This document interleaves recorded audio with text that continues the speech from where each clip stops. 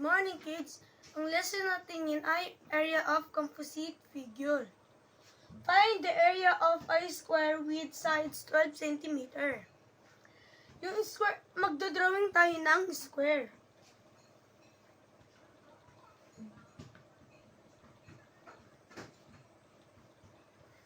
Ang side ng square ay 12 cm.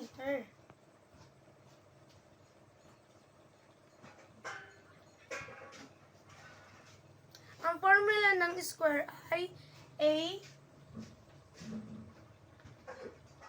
equals S squared.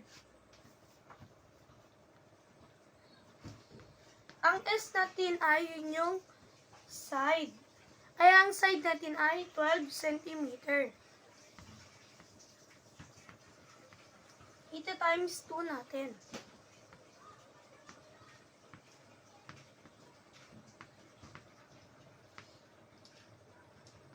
Ngayon, magta-times na tayo.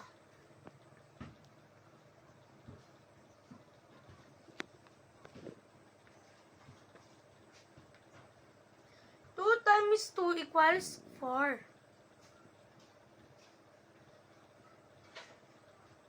2 times 1 equals 2. 1 times 2 equals 2. 1 times 1 equals 1. Bring down 4. 2 plus 2 equals 4. Bring down 1. Ang sagot natin ay 144.